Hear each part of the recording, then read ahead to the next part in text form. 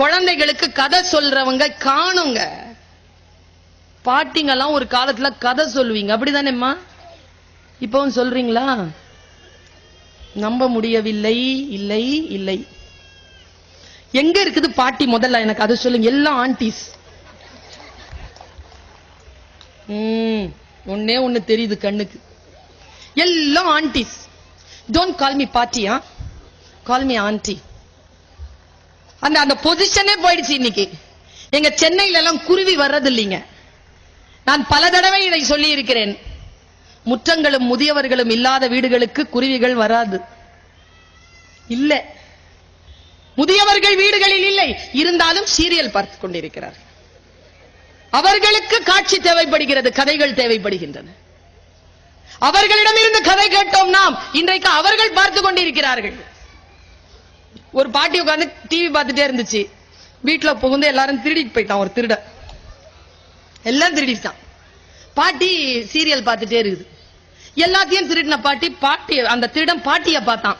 பாட்டி இன்வால்மெண்டா டிவி பார்த்துட்டு, டிவிய பார்த்தான் எல்இடி டிவி, சூப்பர் டிவி, தூக்கிட்டான். பாட்டி சொல்லுது, டிவிய திருடுற மாதிரி எல்லாம் டிவில வருது பாரு. அவ்வளோ இன்வால்மெண்ட். நோ பாட்டிஸ். கதைகள் வீடுகள்ல கதை சொல்லுங்க. அமெரிக்காவை தோண்டினால் அறிவியலும் ஆழமான விஷயங்களும் கிடைக்கும். போய் அந்த அரேபிய மண்ணை தோண்டினால் எண்ணெய் கிடைக்கும். இலங்கை மண்ணை தோண்டினால் என்ன கிடைக்கும் என்று எல்லோருக்கும் தெரியும். தமிழகத்தை தோண்டினால் கதைகள் கிடைக்கும். கதைகள் நிறைந்த பூமி இந்த பூமி. ஆனால் கதைகள் சொல்லுவதற்குத்தான் நம்மில் யாரும் இல்லை. என் பாட்டி கதை சொல்லுவாள், என் அம்மா எனக்கு கதை சொல்லுவாள். ஒவ்வொரு நாளும் எனக்கு கதை சொல்லி இருக்கிறாள் என் அம்மா.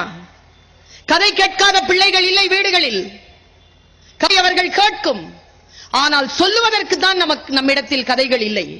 நான் யோசிச்சு பாக்குறேங்க. இதற்காகவே பவா செல்லதுரைன்ற ஒருத்தர் கூட்டிட்டு வந்தாங்க. நான் திருவண்ணாமலையில இருந்து காலேஜ்ல கூட்டிட்டு வந்து, அண்ணா கதை சொல்லுங்க, எல்லார்கிட்டையும் கதை சொல்லுங்க, கதைனா என்னன்னு தெரியட்டும்.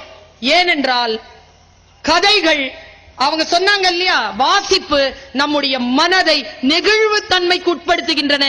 எந்த மனம் நெகிழ்வுத்தன்மைக்கு உட்பட்டு இருக்கிறதோ அது வன்முறையான மனமாக இருப்பதற்கு வாய்ப்பில்லை. நான் ரொம்ப ஆழமான ஒரு கேள்வியை கேட்கிறேன்.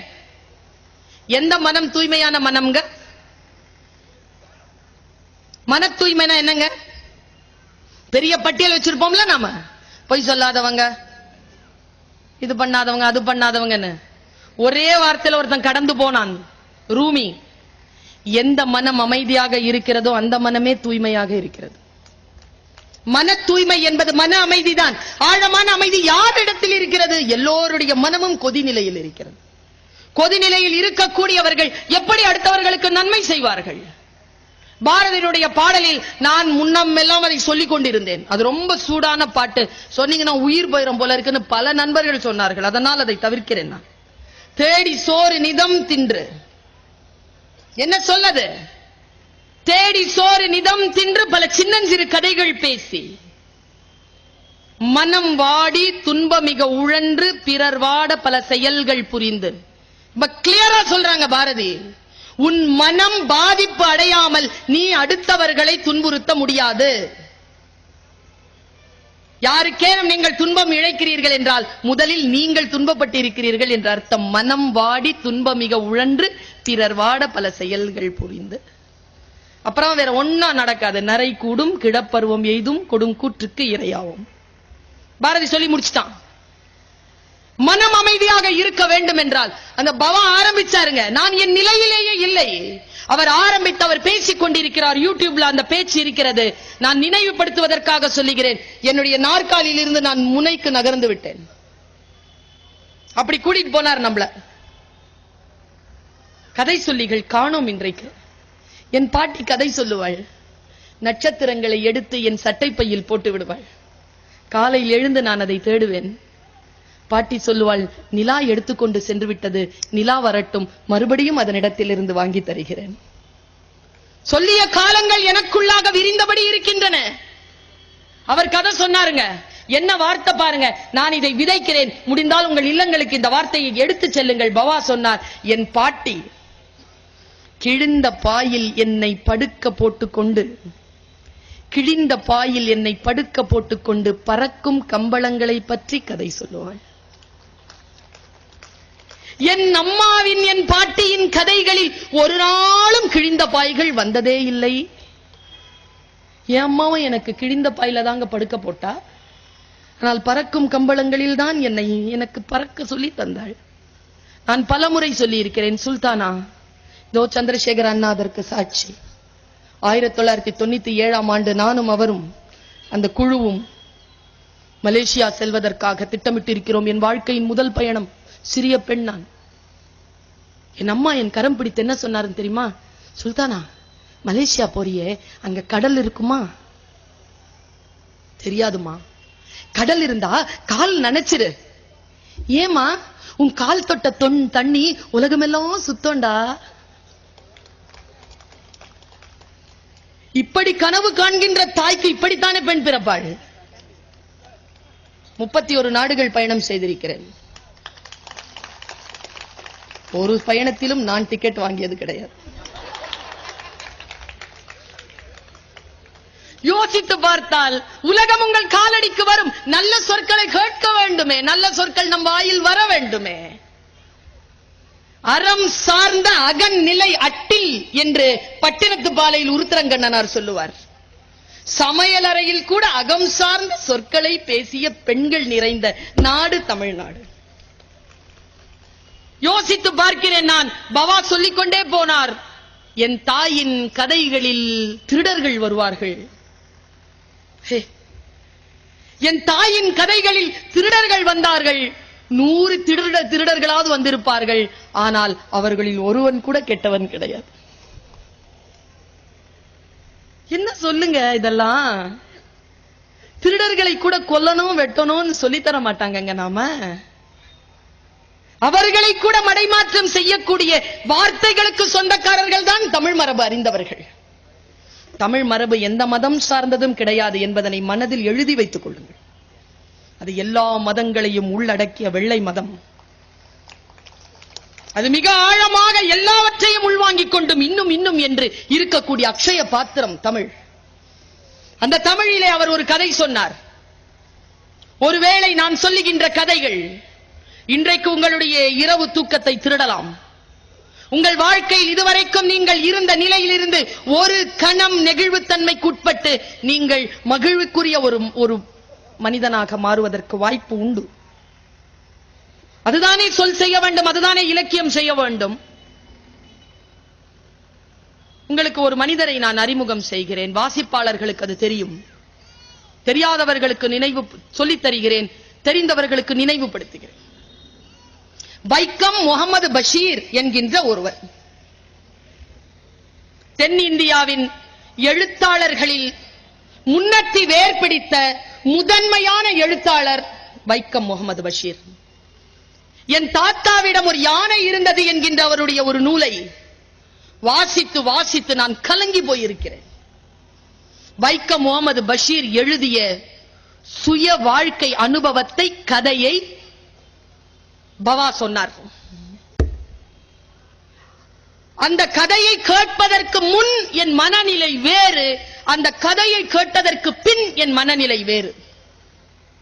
இதுவரைக்கும் வேறாகவே இருக்கிறது. அது குலைந்து போகாமல் அமைதியான சூழ்நிலையில் இருப்பதற்கான அத்தனை முயற்சிகளிலும் நான் இருக்கிறேன். யோக பயிற்சி என்பது வேறு எதுவும் இல்லை. நம் மனதை ஒரு நிலையிலே வைத்திருப்பதுதான். ஒருவன் கேட்டான், நான் யோகா செய்தால் குருவே நான் மகிழ்ச்சியாக இருப்பேனா? நீ யோகா செய்தால் உன்னை சுற்றி இருக்கின்றவர்கள் மகிழ்ச்சியாக இருப்பார்கள் என்றார் குரு. அதுதான் ரகசியமே. எல்லாரும் கல்யாணம் பண்ணிட்டு எதுக்கு மலைக்கு போறாங்க? மலை தனிமையாக இருக்கிறது, மலை அமைதியாக இருக்கிறது, மலை குளிர்ச்சியாக இருக்கிறது. நாமும் இந்த 3 தன்மைகளுடன் இருந்தால் எல்லோரும் நம்மை நாடி வருவார்கள். இவ்வளவுதான் குறிப்பே, இவ்வளவுதான். அடங்கிய மனமே குரு. கவனம் சிதறுகிறதுன்னு வச்சுக்கோங்களேன், மனம் அடங்காம இருக்குன்னு அர்த்தம். மேடையில ஒருத்தங்க கீழே இறங்கி வந்து சேர்ல உட்கார்ந்தாங்க. அந்த அந்த காட்சியின் மீது கவனம் போனால் நான் சொன்ன ஆழமான கருத்து ஒன்று பறிபோகும். நமக்கு வேடிக்கை பார்க்கக்கூடிய குணம் வந்துவிட்டது. எது நடந்தாலும் சொல்லுகின்ற கருத்திலே எடுத்துக்கொண்ட நிலையிலே ஆழமான தியானத்துடன் இருக்க வேண்டும் என்றால், அந்த பயிற்சி இருக்க வேண்டும் என்றாலே அவர்களுக்கு வாசிப்பு பயிற்சி இருக்கிறது என்ற அர்த்தம். வாசிப்பு பயிற்சி இருக்கின்றவர்கள் தான் தியானத்துடன் செயல்படுவார்கள். பவா சொன்ன அந்த கதையை, வைக்கம் முகமது பஷீர் சொன்ன கதையை கேட்டதற்கு பிறகு என் மனநிலையில் மிகப்பெரிய மாற்றம் நிகழ்ந்தது. அதனால் இதை அவருடைய பெயரை சொல்லியே நான் சொல்லுகிறேன். இது கதை திருட்டு அல்ல. இது யாருடைய கருத்தையோ யாரோ தன்னை போல் சொல்லிக் கொள்வதல்ல. எங்கிருந்து எடுத்தேனோ அந்த மூலாதாரத்தை சொல்லிவிட்டு தான் பேசுகிறேன். வைக்கம் முகமது பஷீர் எழுதி கொண்டிருக்கிறார். கவனம். எங்க நிமிர்ந்து உட்காருங்க எல்லாரும். ஒரு நிமிஷம் சேர்ல இருந்து நிமிர்ந்து உட்காருங்க. நிமிர்ந்து உட்கார்ந்து இருக்கின்றவர்களுக்கு இப்பொழுது ஒரு அதிசயம் நடந்திருக்கிறது.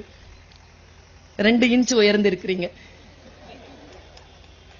உட்கார்ந்த இடத்துல இருந்தே நிமிர்ந்து உட்கார்ந்தா 2 இன்ச் வளரலாம்னா, சரியான கருத்துக்களை கேட்டுக்கொண்டால் எவ்வளவு உயரலாம். நிமிர்வு.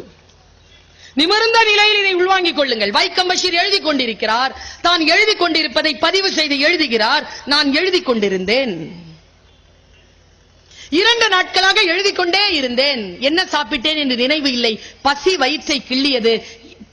என்ன செய்வது என்று யோசித்து பார்த்தேன். வீட்டில் எதுவும் இல்லை. பேனாகி நான் எல்லாத்தையும் வச்சுட்டு மூடி வச்சுட்டு நேரா போய் வேஷ்டி கட்டிட்டு ஜிப்பா மாட்டிக்கிட்டு காசை தூக்கி ஜிப்பா பையில போட்டுக்கிட்டு நேரா ஹோட்டலுக்கு போனாராங்க. இந்த ஊர்ல மசாலா தோசை எவ்வளோன்னு எனக்கு தெரியாதுங்க. எங்க ஊர்ல 75 ரூபா. ஆனா வைக்கம் பஷீர் காலத்துல 2 ரூபா. சாப்பிட்டாருங்க. சாப்பிட்டு எழுந்திருச்சு வந்து கல்லா பெட்டியில நின்னு காசு எவ்வளவு ஆச்சுன்னு சொல்லி ஜோபில கை போடுறாரு. உள்ள காசை காணோம். சிரிக்கிறாரு. எடுத்து வச்சனே காணமே. மறுபடியும் தேடி தேடி பாக்குறாரு. காணோம். கல்லா பெட்டிக்காரன் சொன்னாரு, எப்பா மசால் தோசை சாப்பிட்ட, காசு கொண்டு வந்தேன், எங்க போச்சுன்னு தெரியல, கொஞ்சம் இரு வீட்டுக்கு போய் எடுத்துட்டு வந்துடுறேன்னு. குழந்தை மாதிரி பேசிய வைக்கம் பஷீரை வில்லத்தனத்தோடு பார்த்து சிரித்தான் கல்லாப்பெட்டியில் உட்கார்ந்திருந்தவன். அவருக்கு மனசுல அந்த சிரிப்பின் பகை புரிந்து போனது. நாம பெருக்க போறோம், தொடைக்க போறோம், வேலை வாங்க போறான். என்ன அவன் நம்பல. தம்பி உண்மையாதான் சொல்ற, சாப்பிட்டேன், மசாலா தோசை சாப்பிட்டேன், கையில காசு வச்சிருந்தேன், காணம்பா, கொண்டு வந்துடுறேன். அவன் சிரித்து கொண்டே சொன்னான், இந்த கதையை வேற எங்கேயாவது போய் சொல்லு. என்ன செய்வது என்று தெரியவில்லை. அவர் முழித்தபடி நிற்கிறார். என்ன காசு எடு என்றான். அவனுடைய குரலிலே வன்மம் கூடிக்கொண்டே இருந்தது. ஒரு கட்டத்தில் அவன் சொன்னான், யாரும் எதிர்பார்க்காததை அவன் சொன்னான், நானும் எதிர்பார்க்காததை அவன் சொன்னான். ஜிப்பாவை கழட்டு என்றான். எனக்கு நான் ஒரு முறை ஆடி அதிர்ந்து போனேன். எனக்கு அது மிக புதிய அனுபவமாக இருந்தது. உள்ளம் நடுங்கிக் கொண்டிருந்தது. நான் திரும்பி பார்த்தேன். எல்லோரும் 70-80 பேர் சாப்பிட்டுக் கொண்டிருந்தார்கள். அவன் அடிப்பதற்காக நெருங்கினான். கழட்ட சொல்றேன்ல என்றான். நான் வேறு வழி இல்லாமல் என் ஜிப்பாவை கழற்றினேன். அவனுடைய மேடையிலே நான் அதை வைத்தேன். மீண்டும் திரும்பி பார்த்தேன். ஒரு 70 பேர் சாப்பிட்டுக் கொண்டிருந்தார்கள். ஒருத்தனுக்கு கூட அந்த 2 ரூபாய் கொடுத்து என்னை காப்பாற்ற வேண்டும் என்று தோன்றவே இல்லை. அவர்களுக்காகத்தான் நான் எழுதி கொண்டிருக்கிறேன். சொல்லிவிட்டு சொன்னார். அவன் வன்மத்தின் உச்சத்திற்கு போனான். நான் கழற்றி வைத்தவுடன் என் கண்களை அவன் பார்த்தான். அதில் நான் கூச்சத்தோடு நான் நெளிவது தெரிந்திருக்க வேண்டும் அவனுக்கு. உடனடியாக அடுத்த வார்த்தையை சொன்னான், வேட்டியை கழற்று. என்னால் தாங்க முடியவில்லை. என் உடல் நடுங்க தொடங்கிவிட்டது. அவன் அடிப்பதற்காக முன்னேறுகிறான். என்னை விட்டால் அவனே வந்து கழற்றி விடுவான் போல் இருக்கிறது. நான் என்ன செய்ய வேண்டும் என்று தெரியவில்லை. வேஷ்டியை கழற்றுவதற்காக நான் வேஷ்டியில் கையை வைக்கிறேன். அங்கிருந்து எங்கிருந்தோ ஒரு குரல், வேட்டியெல்லாம் கழட்டாத சார். ஒருவன் பாய்ந்து முன்னால் வந்தான். 2 ரூபாய் எடுத்து வீசினான். அந்த கல்லா பெட்டியில் வீசி ஜிப்பாவை எடுத்து நான் அணிந்து கொள்வதற்கு எனக்கு உதவி செய்து என் கரங்களை பிடித்து வெளியில் தர என்று இழுத்து வந்தான். என் நடுக்கம் தீரவே இல்லை. விட்டுவிட்டு ஒரு ஓரத்தில் நின்றுவிட்டு தன் வேஷ்டியை பிரித்து காட்டினான். அதில் 20 பணப்பைகள் இருந்தன. இதுல எது சார் உந்து, எடுத்துக்க சார் என்று சொன்னான். அதில் என் பணப்பை இல்லை. நான் அவனையே பார்த்து கொண்டிருந்தேன் இல்லையா என்று வைத்துக்கொண்டு அவன் நடக்கத் தொடங்கினான். நான் அவனை அழைக்க வேண்டும் என்று நினைத்தேன். என் கண்கள் பணித்துக் கொண்டிருந்தன. என் காட்சியிலிருந்து அவன் மறைகிறான். அவன் பெயர் எனக்கு தெரிய வேண்டும். நான் எழுத்தாளன் இல்லையா? அவன் பெயர் எனக்கு தெரிய வேண்டும். நான் அவனை நிறுத்துவதற்கு முயற்சி செய்கிறேன். என் குரல் கம்மி இருக்கிறது, எனக்கு குரல் வரவில்லை. அவன் போய்விட்டான். அவன் பெயர் எதுவாக இருந்தால் என்ன? என்னை பொறுத்தவரை அவனுக்கு 2 பெயர்கள் தான் இருந்திருக்க வேண்டும். ஒன்று, அவன் பெயர் கருணை என்று இருந்திருக்க வேண்டும், இல்லை என்றால் அவன் பெயர் அறம் என்று இருந்திருக்க வேண்டும் என்று எழுதி முடிக்கிறார் வைக்கம் முகமது பஷீர். இந்த கதையை வாசிக்கின்ற பொழுது, இந்த கதையை கேட்கின்ற பொழுது தனி மனிதர்களின் மீதான என் பார்வை மாறுகிறது. ஏதோ ஒரு விஷயத்தில் நான் ஒன்றாக நினைத்துக் கொண்டிருப்பது அது அல்ல என்கின்ற புதிய வடிவம் என்னை வந்து சேர்கின்ற பொழுது நான் இன்னொரு பிறவி எடுத்து இன்னொரு